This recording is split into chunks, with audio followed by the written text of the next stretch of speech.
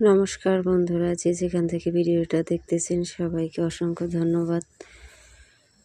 দেখেন, অনেকে ভাবে কি বাড়িতে শুধু বাসাবাড়ির মতো ভাত রান্না করি আর খাই আর মোবাইল নিয়ে সারাদিন বসে থাই, কিন্তু এটা হয় শহরে। আর আমাদের গ্রামে আবার ওটা হয় না, গ্রামে সব কিছুই করতে হয়। দেখেন, সবজি লাগাইছি খোলায়, এখনও অনেকটা জল আছে। জমিতে জল পাড়িয়ে জমিতে যাইতে হয়। এটা আমার উস্তা গাছে পানি দিতেছি।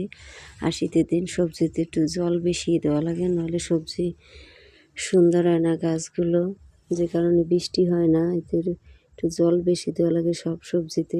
এটা লাগাইছি আলু গাছগুলো সুন্দর হয়েছে।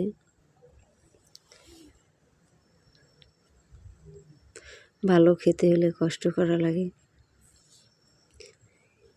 এই যে হচ্ছে আমার ধনিয়া শাক। অল্প অল্প করে সব সবজি কিছু কিছু করছি, যে নিজেদের খাবারের মতো যাতে হয়।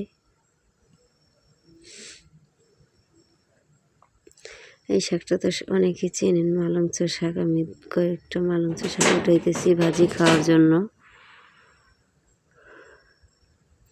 আর শীতের দিন এটা শাকসবজি পছন্দ, খুবই ভালো লাগে।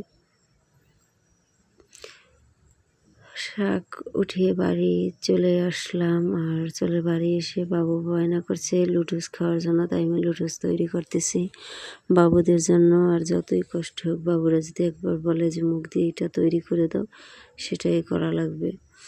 তাই ওদের জন্য একটু লুডুস রান্না করে দিতেছি।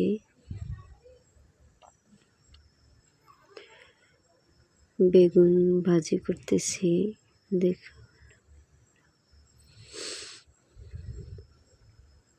বেগুন ভাজিতে অনেকটাই তেল লাগে, আর তেল তো কম খাওয়াই স্বাস্থ্যের পক্ষে ভালো। আর এই বেগুনটা আমার ক্ষেতের বেগুন।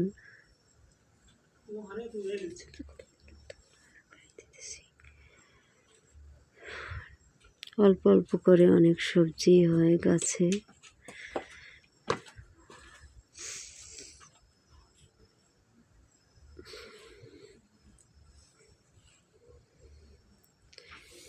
এটা হচ্ছে লাউ শাক। লাউ শাকটার পাতাগুলো অনেক সুন্দর, টাটকা টাটকা লাউ শাক গাছের সবজি।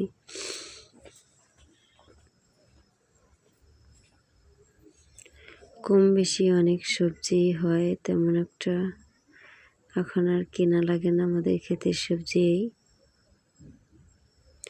কষ্ট হলেও একটু ভালো তো খাওয়া যায়।